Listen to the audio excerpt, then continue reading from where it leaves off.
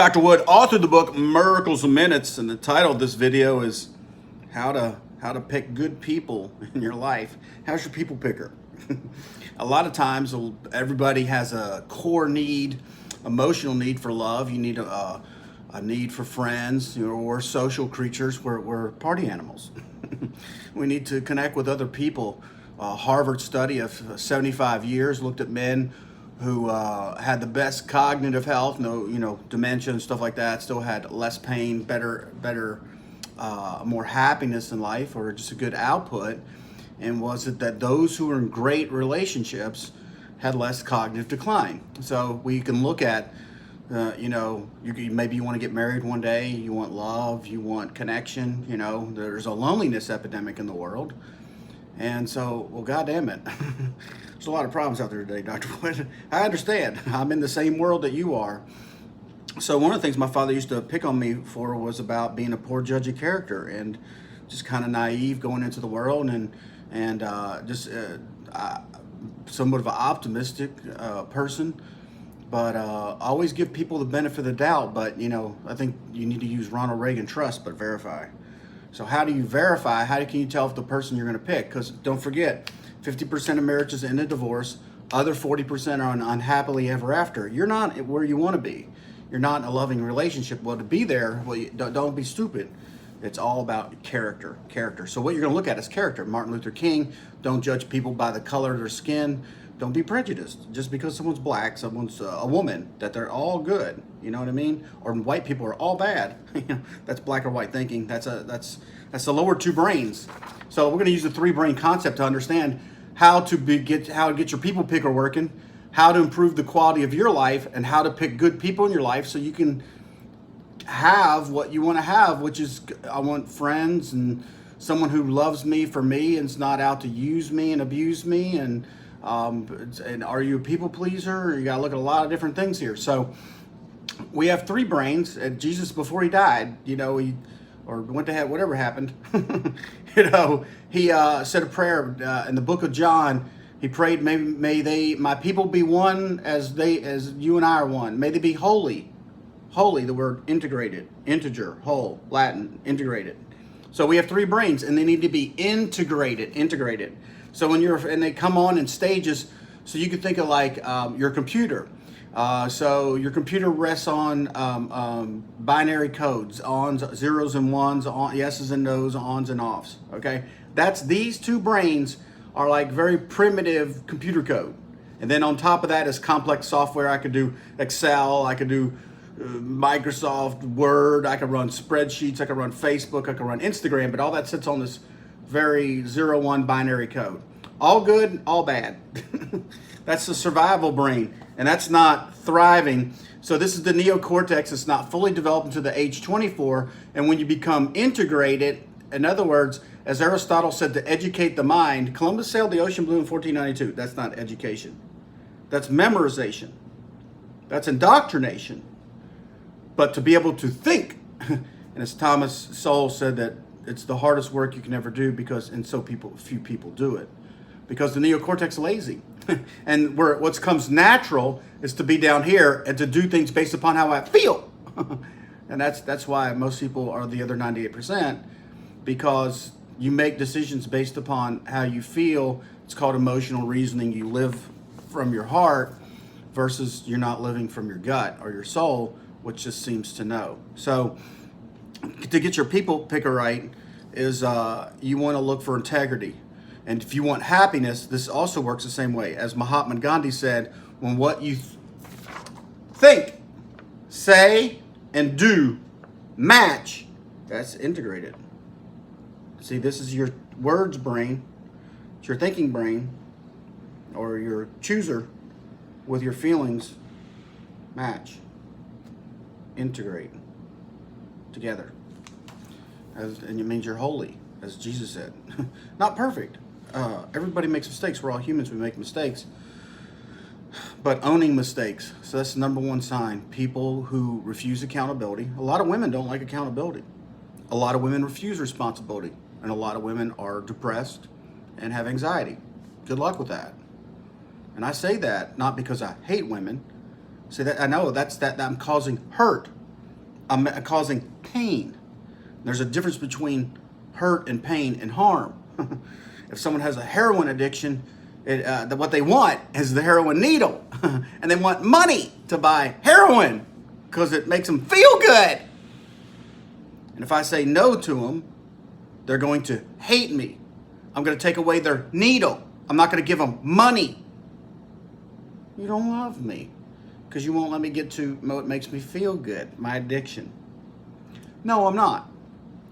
Because I'm not going to participate in your own self-destructive fucking behavior. You want to kill yourself? I'm not going to be an accomplice to it. Your kid won't do math. I'm going to cause you to have hurt. I'm going to make you struggle. I'm not going to do your math homework for you, but I'll be here with you. So it's not detaching. It's not leaving. And it's not enmeshment, which is doing things for, which is all not love. Love is a lot more complicated than what people think. And to do that, people have to think like this. If not, they get idiot compassion and they do things based upon how they feel, which is impulsiveness, which is they make bad fucking decisions because they're down here in this lower brain. They didn't think before they acted. See, when you're considerate, that means you think. See, if I wrote someone a love letter, oh, he's so considerate. He put some effort, some thought. I just didn't go buy a card at the card store and just say, hugs and kisses, talk to you later. Like, how much effort did it take to pick out a card for someone's birthday or Christmas and hand it to them? Not much effort. It's kind of going through the motions. But to put effort into actually writing something, to express how someone feels, and you do it from a place of authenticity. I don't do fake praise. I don't say things to make people feel good. I say things because I call out what is good. You praise good behavior. That's an integrated human being. That's a person who has their shit together. Integrated. Holiness. What they say, what they do, and what they think matches. Am I in perfect integrity? Fuck no. But what I do is I restore my integrity. Sometimes someone has to point it out to me, Joe, what you said and what you do don't match. Oh, I was being pusillanimous, a little bit cowardly over here. I'm not being responsible for what I say and what I do. That happens to all of us, me too. However, I'm committed to holiness or integration and to my own personal happiness. Like I said, as Gandhi said, what you think, what you say, and what you do match equals happy. Because I'm not lying to someone else to make them feel good. Sociopaths do that. Superficial charm. They tell people what they want to hear. I'm willing to have conflict. I'm going to get in your face and tell you, I'm not going to give you what you want. I'll give you what you need, but not what you want. So hate me now. Because I'm not going to let you get to your addiction. I'm not going to participate in you harming yourself. I'm not going to encourage you. I'm not here to make you feel good. I'm not here to stroke your feathers, to make you feel good about making bad decisions. I love people and myself too much, and I honor my word that much that I would never want to jeopardize my true currency, which is the value of my words, of that they have weight in the world and moves things. And I do that from a place of integrity because I know what I say, I need to back it up. I have to put meaning behind it, not just use flowery words to make people feel good. See, you're a nice person, but you're not kind. Kindness and niceness, nice is dysfunctional. You're a people pleaser. You're going to get used and abused. Or you're a sociopath or a narcissist. You charm people to make them feel good. Maybe that's just your habit because it's all around us. But I'm going to tell you, those things are red flag warnings of people who do, because they're afraid of conflict. Pusillanimous over here, coward, timid. Because love's only for the brave. It takes courage to confront somebody. It takes courage to love. As it was the number one trait that Aristotle noted, it was the number one trait that Maya Angelou noted. That to do all the other virtues, character, see virtue, not virtue, signal. Not act like you're virtuous, but to be virtuous. You can talk all you want, but to do, easier said, path of ease. Easier said than done. The doing part's the hard work. That's the people you trust. The people who take action, who can admit that they're wrong, who are willing to be responsible, to willing to be accountable, who are committed to arete, which is the Greek word for excellence, which means to become your best self, knowing that you're imperfectly imperfect, still worthy of love, but yet striving and struggling towards becoming the best person you can be. Knowing you'll never reach it, destination disease. There'll never be perfect. And you'll never be great. You can continue into greatness, but there's no such fixed state of reaching greatness. Like it's infinitum. And people who think that they're going to reach a destination, those are the people who have destination disease. They tend to be procrastinators and all those things. So you're going to see all those habits culminate in one personhood, in one person, by how they think. Now, they can change their thinking if they're willing to take a look and admit, I can be wrong. Accountability, responsibility, and then get to doing something like reading books like The War of Art by Stephen Pressfield that says why you procrastinate, and every time you want to do something great, you feel resistance. I read books like Emotional Blackmail by Susan Fulwert to learn how to spot when people are manipulating me. I wasn't born knowing this stuff. So I'm going to continue in growth and development and always learning. So this way I can become a better people picker and know when people are telling me bullshit, who use you and abuse you in your life, who rob you of your goodness, and they're thieves. They steal it away for themselves, and they don't give anything back. They're thieves. They eat your apples and don't say thank you. They want your apples and they won't help you water the apple tree, and they won't participate. They live in your house and they eat all they're a mooch. Even Kevin O'Leary wrote a book to parents about how to raise kids around spotting 4 different people, but one of them's a mooch. There's a lot of people who are moochers. Well, if you're a guy and you're doing well in life, a lot of women think that they're entitled to your money because you had sex with them. Are you a hooker? Are you? I mean, what kind of bullshit's that? And it's pervasive in society. For a woman who thinks like that, she has very low self-esteem. She's just objectified herself. Listen to what she's saying. Watch what she does. And they go, you don't have to tell them that you see that. I do. So they hate me. I don't care. Because I don't want them anyway. Because why would I want a person like that in my life?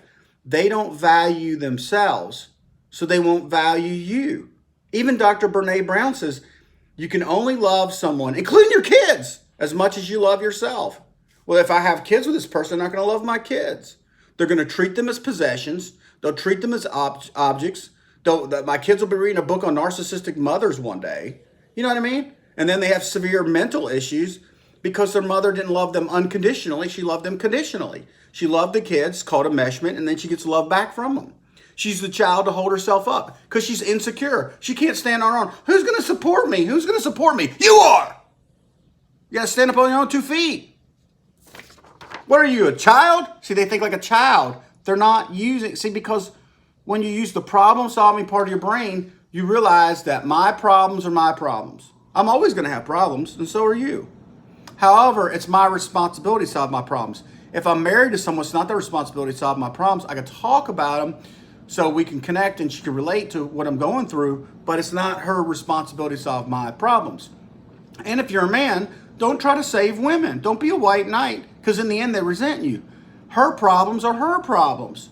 That's clear boundaries and distinctions. These are the things that get so screwed up in relationships because what people can't, when someone else is hurting, you want to fix it. But what you do is you invalidate their feelings and you say they're not strong enough. You don't believe in them, that they can solve their own problems. It doesn't mean they feel let down and they're sad and they have a little pity party. Having a pity party, I'm okay with. Staying in the pity party, I'm not okay with. I've had pity parties. I've been hurt and disappointed in life. Things happened. It didn't turn out the way I wanted. Cognitive dissonance set in. But the question is, what am I going to do about it? Am I going to lay down, quit, resign? in life and cry about it, but it's not going to get any better for me. It's up to me to learn, and I have to be open for other people to help me in my life, whether it's reading a book or someone offers me new perspective that I've never thought of before. Because obviously the thoughts I'm having right now are not solving my problem. Do you have someone like that in your life? Is the girl that you're dating sound like that? Is she open to receive information? Or does she have to always be right? Yeah, there is no relationship at this point. Whether it's a friend, and you pick someone to work like that for you, I don't care if they have a degree from Harvard and Yale and MIT. If they're not open to always be learning, continuous development, they're dead. As Jesus said, let the dead bury the dead. This person's a bad person to be in a relationship with. It's not. You may have some fun on the front end, but it's all temporary. Eventually, because you can't live with a dead person. You know, they're not dead, physically yet, but they're dead spiritually, because they stopped learning, they stopped being accountable, they stopped being responsible. So now all their needs are going to be put on your shoulders, and eventually you run out of shoulder, and your life will collapse. It's like someone's drowning, and they're going to pull you into hell with them. This is what happens when you don't vet people well on the front end, and you don't understand how to be a person who knows how to pick people from character. Number one thing, look for accountability, look for responsibility, look for a willingness to learn, and look for integrity. What they say and what they do match. Dr. Wood, have a good one.